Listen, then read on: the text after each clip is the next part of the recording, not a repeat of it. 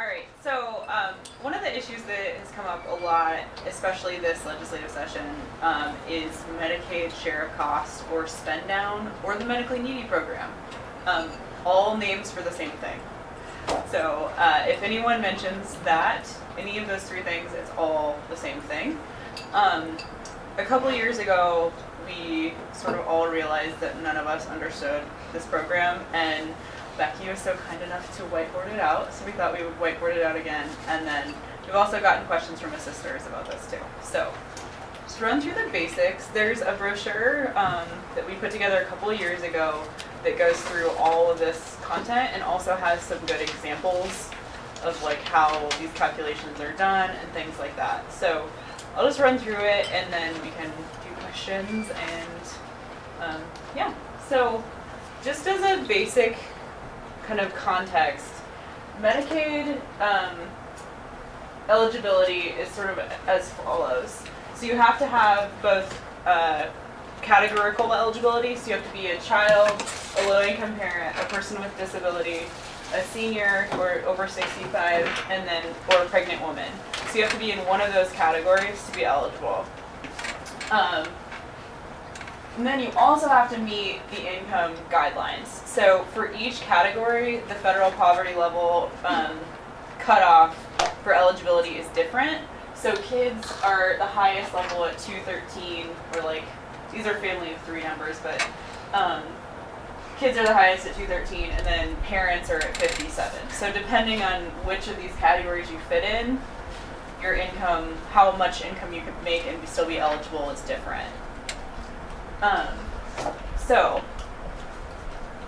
the medically needy category is an optional category that our state has taken up, where if you fall into one of these categories of eligibility but your income is too high, you can still get Medicaid coverage if you have a medical need.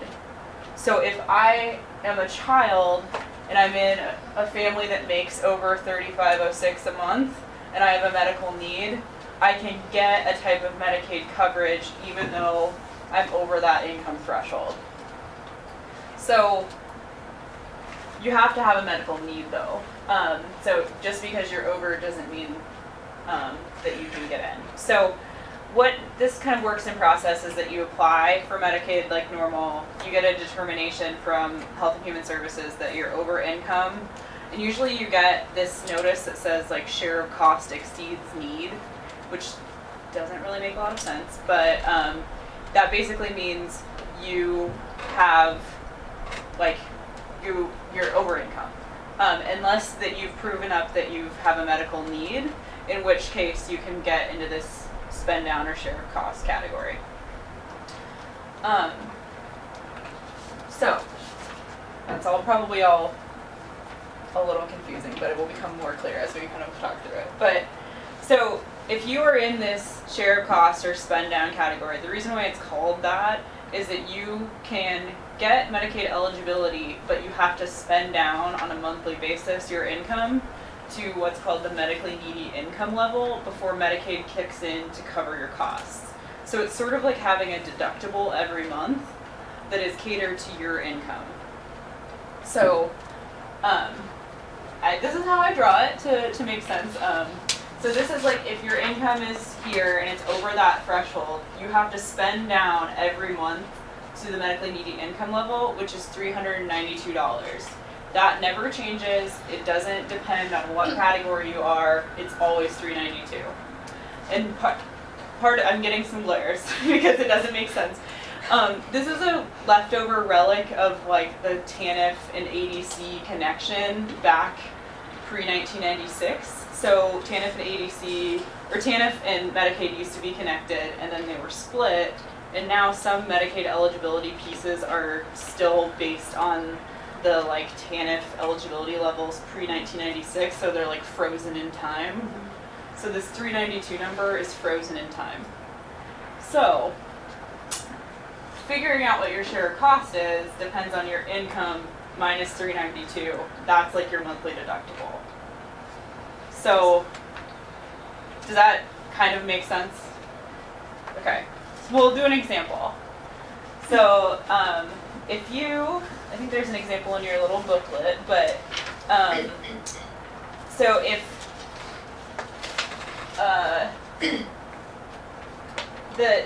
so if you are making, say, if you're a parent in a family of 3 and you made $1,000 a month, so you were over that $971 mark, so you have $1,000 a month is your income. You have to spend down in expenses to $392 in order for Medicaid to kick in. So, yep. So your share of cost is $1,000 minus $392, and that's how much money you have to spend every month to get Medicaid to cover it. Does that make sense? So the higher your income is, the more share of cost you'll have.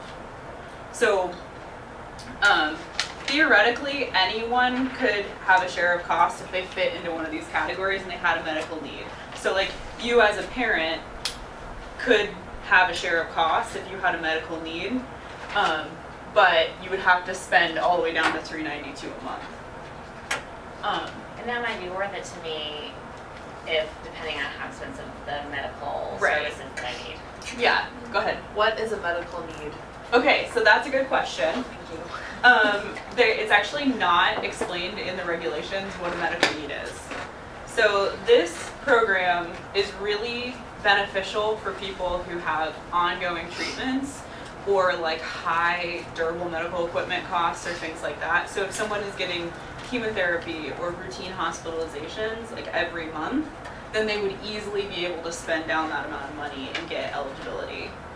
Where it becomes tricky is where you have somebody, so say you're a parent and you make $975 a month and you have a medical need. To get Medicaid, you have to spend down to $392 when you're $4 off of Medicaid eligibility. And so that's where like a lot of people, it doesn't make intuitive sense because you're like, I'm $4 off, but really I'm the difference between $975 and $392 off from Medicaid. So I kind of to that point, a lot of the calls that we get are people who have like, who are disabled, or a person with a disability who's over that number. So they would have a medical need, they're above that limit. Someone who has like ongoing chronic health needs, so I would say like diabetics or things like that where you're like a continual cost. Or like for children, a child who needs like ongoing behavioral health treatments or things like that. So that's sort of the math of it. So everybody's math is going to be a little bit different. I like to think of this as a deductible, but everyone's deductible is calculated differently. And if you are, as a client, confused about how that's being calculated, you can request like the calculation to determine, how much that is. Because if you are a person with a disability and you're married, then they take your household income, and so your spouse's income might count. But so, a couple other things to know about share of cost is that it's really costs that you incur per month to get you down to that level. So every month you'll get a form where you have to mark off like all your medical expenses for the month and then submit it, and to get down to this number. If you don't hit that number, none of your costs are covered. So it's like a deductible. If you don't hit your deductible, you just pay out of pocket.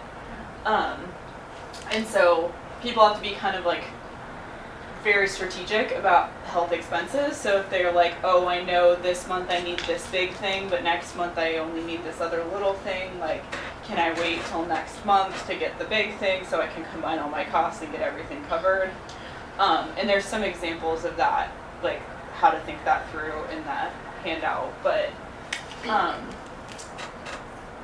one thing that's important to remember is that it's the incurred cost, not spent cost. So you just have to have like a bill for it.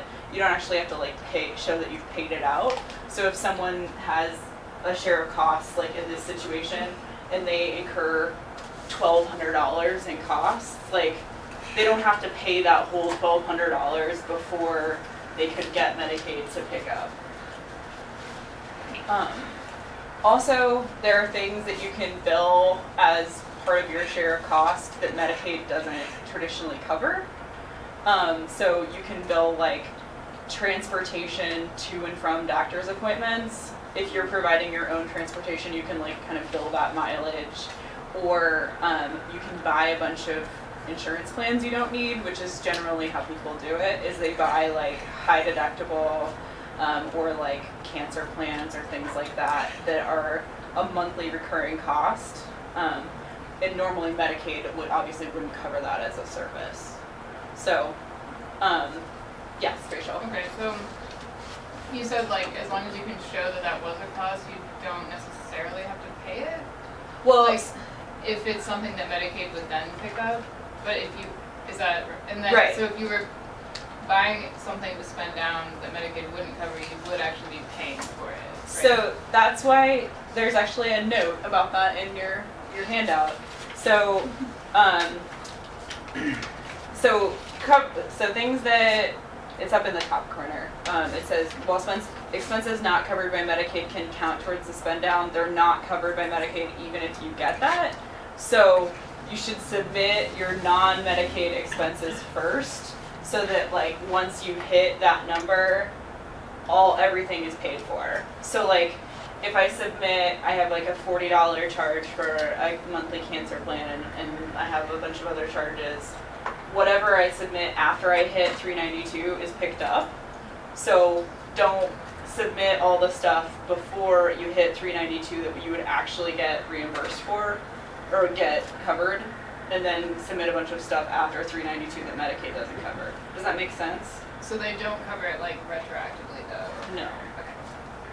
So it's like, as a client, it's kind of a double-edged sword. It's a really good program, like I said, for people who have high continual needs. So if you need a wheelchair, if you need like continual high chemotherapy expenses, things like that, this is great because it gets you into Medicaid eligibility for some of those things. It's really tricky on a consumer because you're like marking boxes on a sheet and you have to do it every single month. It's not like a quarterly or yearly deductible like you might have with a private insurance plan. You also have to know what does Medicaid cover versus what can I pick up on my own. So that's kind of the rundown of this. I don't know if there are questions. I have one question. Yes. In your example over there, we took a parent who made $975, but if like a children would 3507, have to go down to 392 as well. Yeah. So, okay, so 392 is the magic number 392, for all of those yes. categories, even though it's at 213% of poverty rather than 57. Right. So 392 is the medically needy income level. That's like what it is. It doesn't change depending on what category you're in or what your income is. And so that's why like a parent who's like just over income would be spending down less than like a child would be spending down to get to that, or a person with disability at the higher end of that spectrum would be spending down more.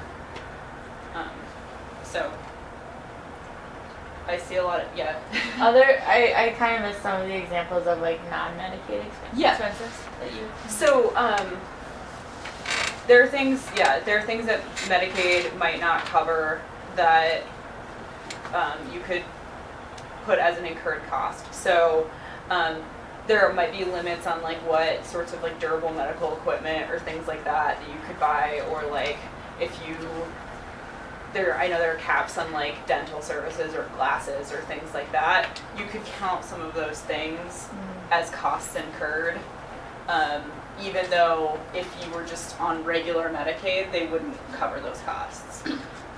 Also, you might not be able to cover like certain over-the-counter medications or like certain supplemental insurance policies or things like that. So. And so you said a lot of the people are just spending them on insurance policies lot of that they don't people- need. Yeah, a lot of people do that because it's a consistent monthly expense. Mhm. So like if you enroll in a plan, you know every month I'm gonna have $50 to $100 taken out by this plan every month. And it's not going to be like I need to go actively like figure out how to calculate that expense.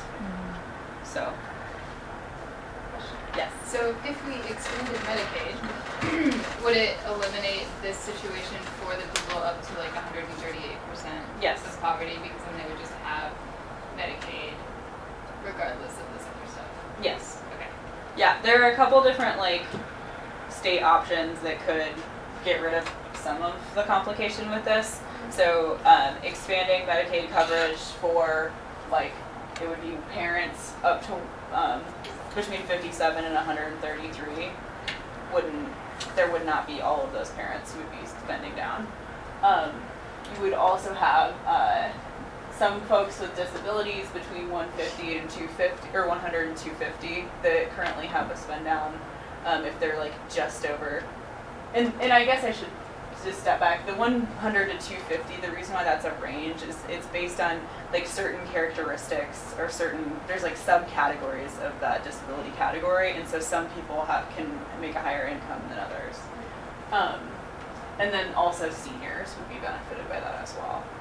There's also, other states have like a Medicaid buy-in for people with disabilities where they essentially pay like a premium every month that's different than like this deductible kind of situation. So there are state options of what to do. Yes. On that list is not, sorry, just like adults without kids. Is Yeah. that because, They're not eligible for Medicaid, okay. ever. Unless they have a disability or they're a senior. So they would not be doing any No. of this? Doesn't relate. Yeah, so if you're an adult with a really high medical need, but you're not disabled, You don't. you can't do this. Okay. Any other thoughts or questions? Have we worked on any policy on the state level to address this? Just Medicaid expansion. And I know that like disability advocacy groups work on like the buy-in program and things like that a lot. I think what our focus has been mostly is like making sure consumers understand what they're doing or like how they can get more information about why they're in this situation to begin with. I think like a lot of people call and they're like, I don't know what this means. I don't know why I'm in this situation. Like I don't know how to do this, which I wouldn't know how to do this either. So Because isn't it right that even though it's confusing and sort of nonsensical in some ways, those are federal requirements, and it's kind of a good thing that we have taken this optional category and Yeah. have it anyway after Yeah. Medicaid expansion. no, it's like So we like would- it's a thing where it's like it's really great for the people who need it, but it's really confusing for people who like might be at, like I mentioned, $975 versus $971, where they're like, couldn't you just raise the income level 4% and then I wouldn't have to spend down $1,000 every month or so. Is it something you can choose to do month per month? That's how we've chosen as a state Yeah. to do that. Some states do like different, they might do like a quarterly or 6 month or whatever, but we've chosen to do it on a month by month basis. And I'm guessing there are advantages either way. There might be some advantage to doing it where the consumer doesn't have to report on a month by month basis or spend down on a month by month, but it might also be easier to keep track of your expenses if you're doing it monthly versus quarterly. So there's no definition of medical need. I couldn't find any in the regulations. So is it just a discretionary? I mean, clearly some things are and some things aren't, right? I would guess that maybe there's some federal statutory authority Okay. on what this is, but it also sounds like fairly discretionary in terms of like, if you get a notice that says you're denied, that you could like call and say, hey, I have a need, like I'm just over income, what can we do? Maybe don't put that in cut that from the video. But yeah, I've had conversations with folks at the department where they say, like, if you call your caseworker and say, I have a medical need, can we work this out? We'll work it out. So I'm like trying to formulate this question in my mind. The 392 number seems weird, right? Like you said, it's like trapped in a It's federal statute. from like the 90s. Yeah. Okay. So that would have to change on the federal level. Yeah. But would it make sense, in your opinion, for that to be higher?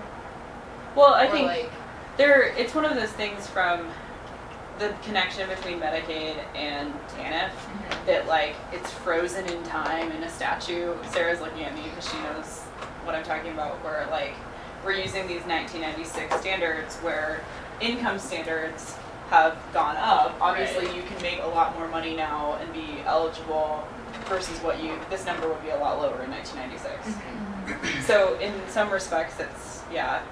like it didn't raise with inflation. No. Right. Yeah.